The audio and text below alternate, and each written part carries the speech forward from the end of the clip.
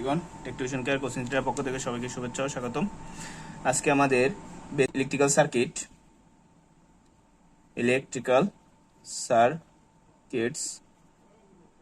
1, ঠিক আছে, চ্যাপ্টার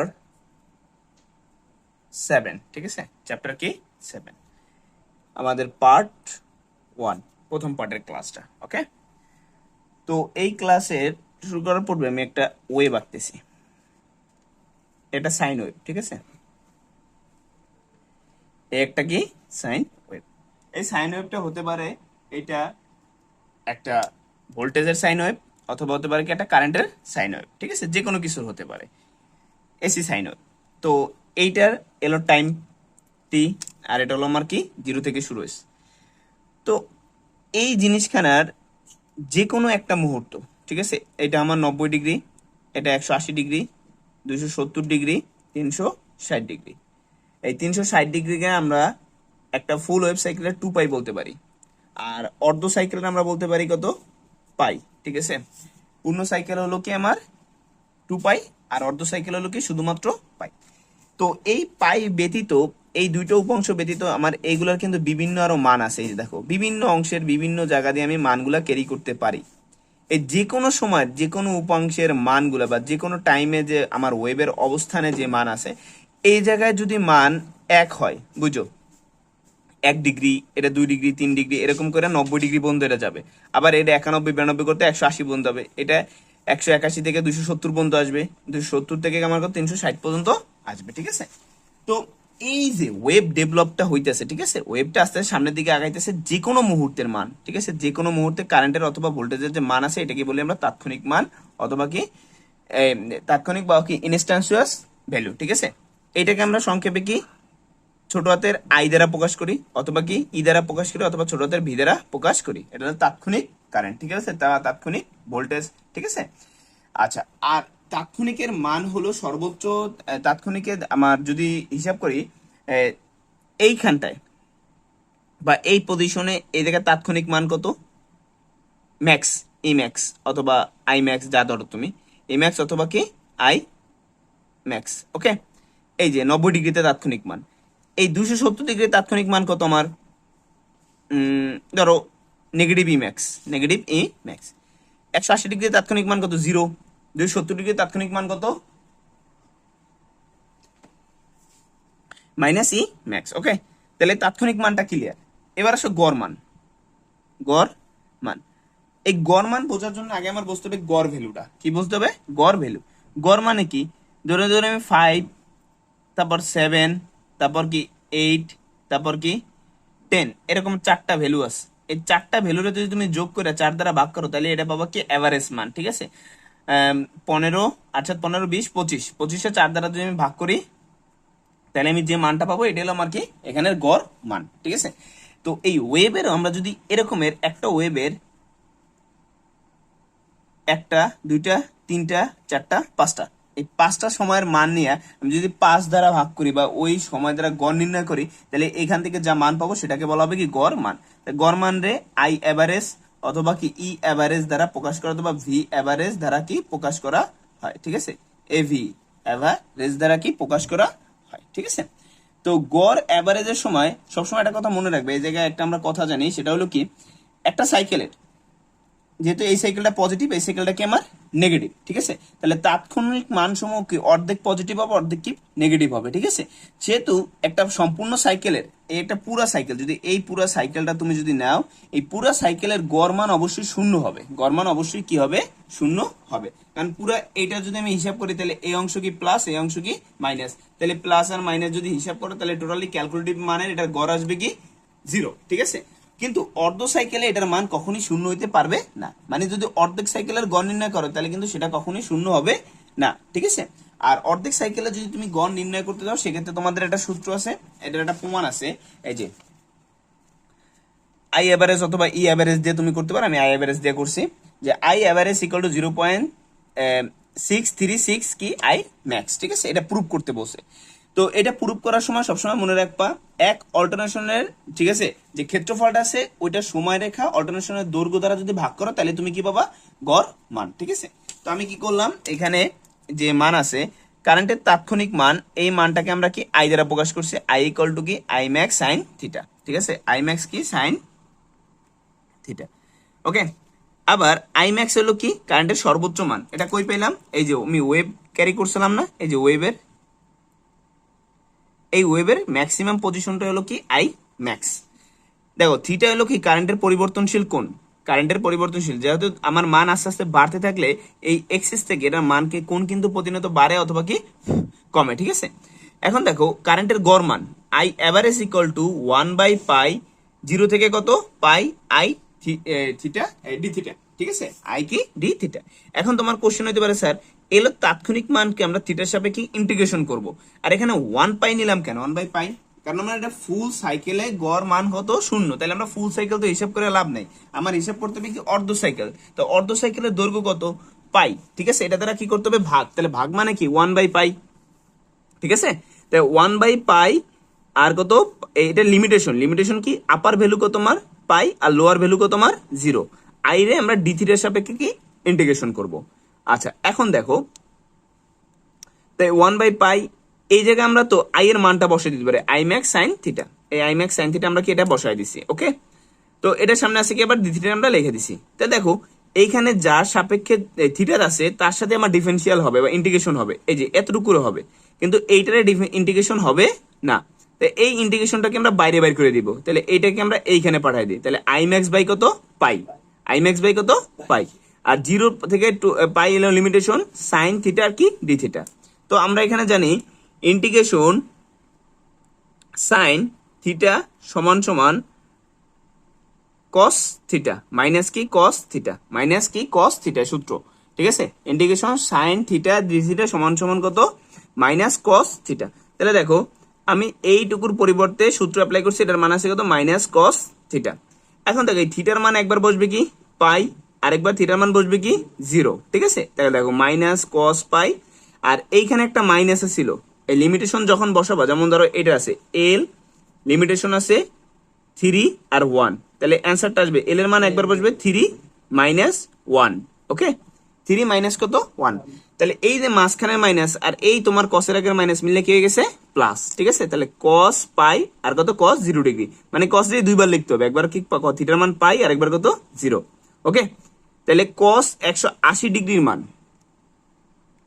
কস 180 ডিগ্রি মানে পাই মানে তো 180, ঠিক আছে, এটার মান কত 1, আবার কস 0 ডিগ্রির মানও কত 1, ওকে, তাহলে 1 আর সরি সরি এটা বলেছি, এটা -1 হবে, কস 180 ডিগ্রি মান হলো -1, তাহলে মাইনাস আর এই মাইনাস মিলে কি গেল +1, আর কস 0 ডিগ্রি মান 1, তাই 1 1 কত 2, এই 2 কে যদি তুমি পাই দ্বারা ভাগ করো তাহলে আমার পাবে 0.3636, আর আই ম্যাক্সটা পাশে পড়ে থাকবে, ঠিক আছে, এটা হলো কি আমার গড় মান, ঠিক আছে। এখন যদি এটা তোমার ভোল্টেজের জন্য করতে বলে তাহলে তুমি যে জায়গায় আই এভারেজ লিখছো এই জায়গায় লিখবা কি ই এভারেজ, ঠিক আছে, তাইলেই হয়ে যাবে, ঠিক আছে, ক্লিয়ার, ওকে। এখন দেখো এটার সাথে আমাদের আরো একটা জিনিস আছে, সেটা হলো কি আমাদের কার্যকরী মান, ঠিক আছে, কার্যকরী মান, ভুল করছো তো, পাই ভাগ 2 রে পাই দ্বারা ভাগ করবা,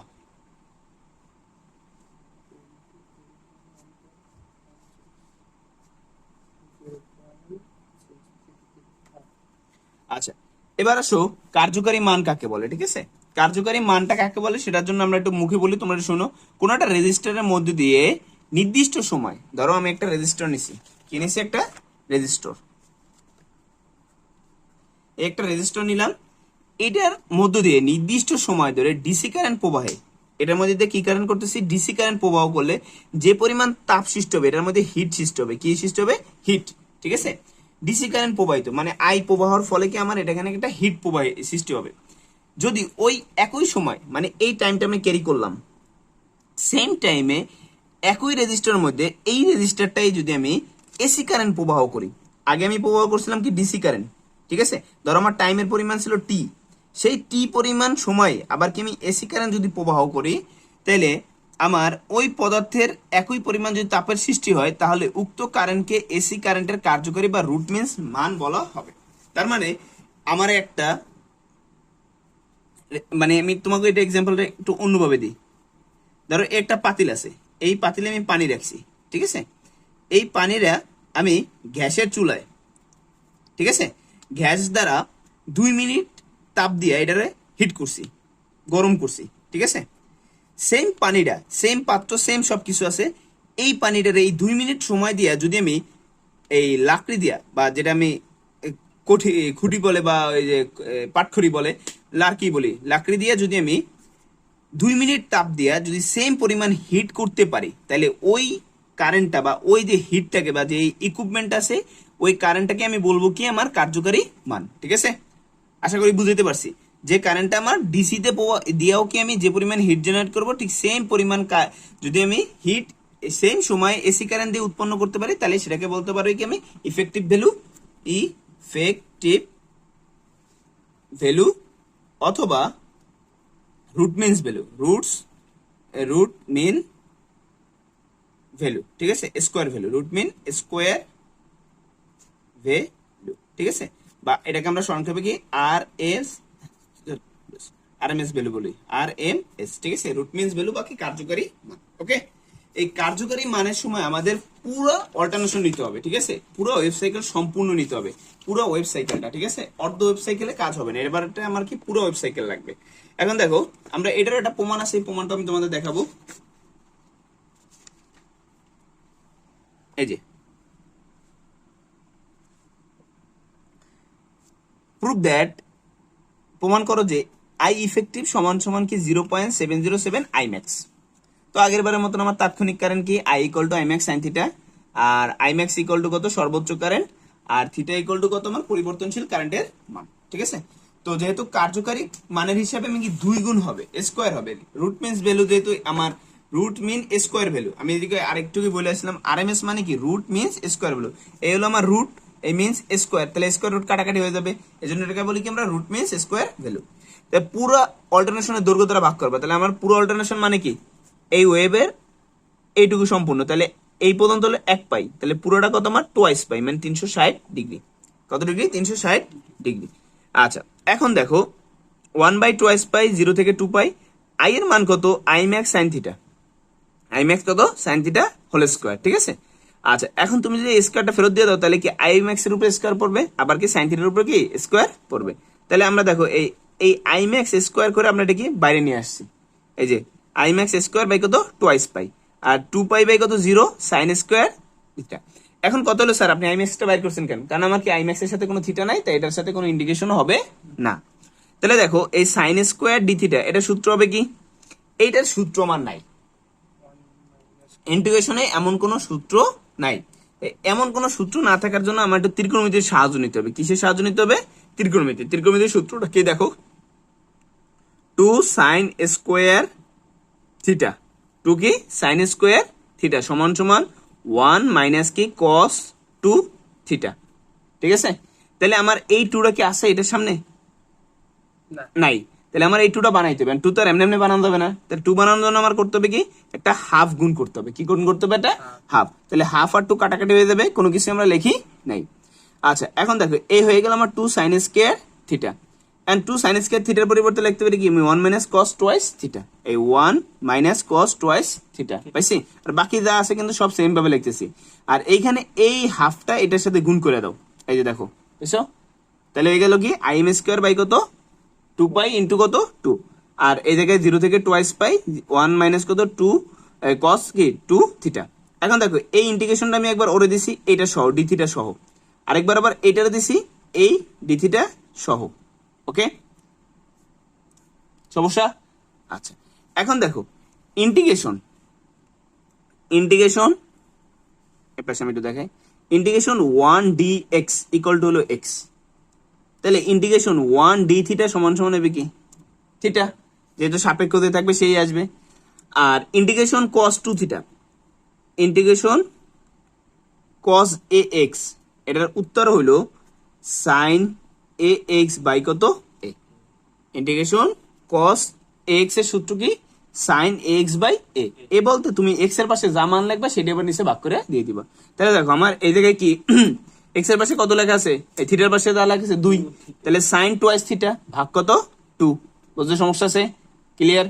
আচ্ছা এখন দেখো এই থিটার মান একবার বসাবে কি 2 পাই, আরেকবার বসবে কি 0, ঠিক আছে, আর এই পাশ কিন্তু ক্যারি করতে দিচ্ছি। আবার দেখো এই জায়গায় এই যে 2 আছে, এই 2টার হাফ আকারে আমি সাইডে সরাই নিয়ে আসছি, সমস্যা আছে?